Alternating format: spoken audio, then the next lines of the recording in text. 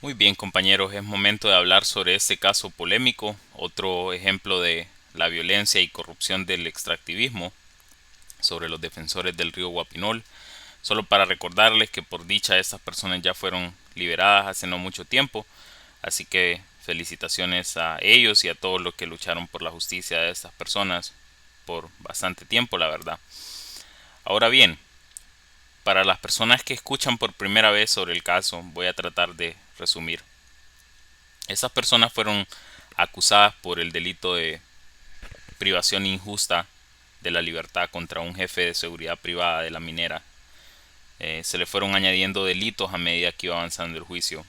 Incendio agravado, asociación ilícita contra la empresa minera Inversiones Los Pinares de Lenir Pérez, el presidente del grupo EMCO, que también es responsable del polémico caso de los cargos adicionales por uh, cerca de 50 millones de dólares al aeropuerto de Palmerola, y su esposa Ana Facusé, también apellido manchado de crímenes de una de las familias más poderosas de Honduras. Este fue un juicio oral y público en un tribunal de Trujillo, Colón, y cabe mencionar que incluso en la toma de posesión Xiomara expresó que estaba de acuerdo que esta gente tenía su derecho a la libertad, que estaba de parte de su versión, eh, de su postura, y estuvieron más de 2 años en prisión preventiva. La prisión preventiva, que es una medida cautelar que no debería ser una pena anticipada y debería ser la última opción, esta gente tuvo que sufrir por eso. Ahora repasemos las demás irregularidades del caso. Inicialmente se les detiene sin explicación alguna de por qué habían sido detenidos. El juzgado también ignoró por más de un año el mandato del grupo de trabajo de las Naciones Unidas sobre la detención arbitraria, un punto clave en este asunto. El principio de inmediación tampoco se aplicó. Dos de los jueces fueron denunciados incluso por abuso de autoridad, prevaricato. Se ocultaron los cargos de los testigos de la minera también, que eran los gerentes y encargados de administración. También hubo otros incidentes, por ejemplo, se recusó a los magistrados y se interpusieron 4 recursos de habeas corpus, y uno no se resolvió en más de un mes, cuando la ley dice que tiene que ser respondido en 24 horas, si no me equivoco. Además de un seguimiento ilegal y prohibido de investigación en contra de los defensores de San Pedro y Guapinol. O sea, parece que uno de los reportes que fue realizado por una compañía de seguridad privada, es decir, no por un organismo de seguridad del Estado. Para construir ese reporte estaban recopilando información sobre personas utilizando lo que se puede decir estrategia militar, sobre personas que básicamente estaban ejerciendo su derecho a protestar, eh, pero que definitivamente estaban estorbando, que eran un obstáculo para los planes de este proyecto. ¿Qué relaciones tenían? Buscando estrategias para amenazar. ¿Quiénes eran ellos? Potencialmente para asesinarlos, supongo, o amenazarlos al menos.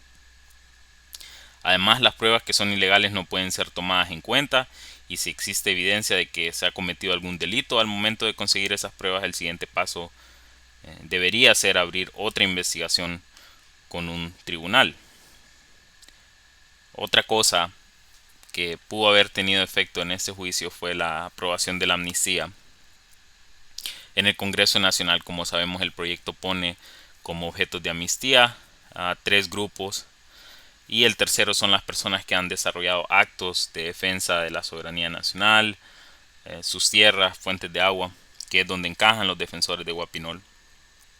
Eh, Hubiese servido la amnistía para ponerle un alto a la forma de detención arbitraria, como pasó con estos compañeros, ya que sabemos que el Poder Judicial está lleno de ratas, como el Ministerio Público, quienes han apoyado todo tipo de crímenes por décadas en este país.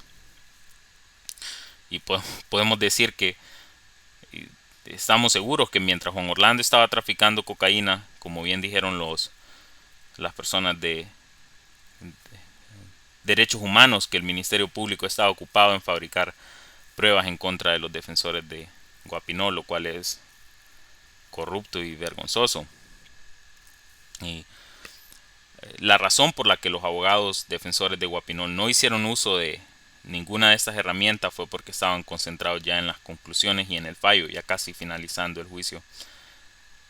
Cabe mencionar también que, continuando con la jerarquía por la cual la corrupción en este caso fue posible, el rol del exalcalde de Libre, Adán Funes, que si no me equivoco lo que hizo fue cambiar, o sea, volverse gobernador, um, que también ha sido vinculado con actividad extractivista, otorgar concesiones ilegales a mineras, falsificar documentos, sobornar periodistas y de tener nexos con el narcotráfico. Que incluso originalmente se dice, y de boca de él mismo, que la concesión de este proyecto fue para los cachiros. Y también está mencionado en los documentos de la Corte de Nueva York, así que ustedes juzguen. También, sacando lo positivo de eso, es que ahora vemos la importancia de la presión social de la comunidad en general, Comité de Defensa de los Bienes Comunes y Públicos, patronatos, juntas de agua, influencia que tuvo el observatorio también, básicamente todo el equipo legal, todas las personas que apoyaron para que la justicia de esas personas se hiciera posible, iniciando con la razón principal por la que fueron desalojados, el campamento para protestar, donde estuvieron por casi 2 meses hasta que los desalojaron, llegando al punto incluso de asesinar a, si no mal recuerdo, 5 o 6 personas, incluso también heridos. Recuerdo haber visto en las noticias a alguien que le había disparado en la espalda, parece. Igual, después de esto vinieron las detenciones, los delitos, daños contra la minera y demás que se les acusaron a ellos. Y esta historia no solo fue un plan, de hecho, bastante orquestado. En 2013 el Congreso Nacional redujo 217 hectáreas del área protegida montaña de Botadero para instalar ahí la minera para la extracción de óxido de hierro. También licencias que obtuvieron de manera irregular, y un par de años después, a medida la comunidad fue dándose cuenta, fueron denunciando que estas licencias, número uno, se habían otorgado de forma inconsulta. Ya en 2018 ocurrieron los desalojos, o el desalojo, creo que solamente fue uno, no estoy seguro. Y aún así que se hayan liberado a estas 8 personas, perdón, la lucha sigue por las concesiones, eso es lo expresado. Ahora es importante saber que, número uno, no es fácil, estamos hablando de la planta peletizadora más grande de Centroamérica. Los objetivos son medir la magnitud de los daños que fueron causados por el megaproyecto al río San Pedro y Guapinol, la carretera ilegal que afectó la zona núcleo de la montaña, aplicar un principio precautorio también, una detención inmediata del proyecto, básicamente para evitar males mayores, reparación de los daños causados a las familias y demás.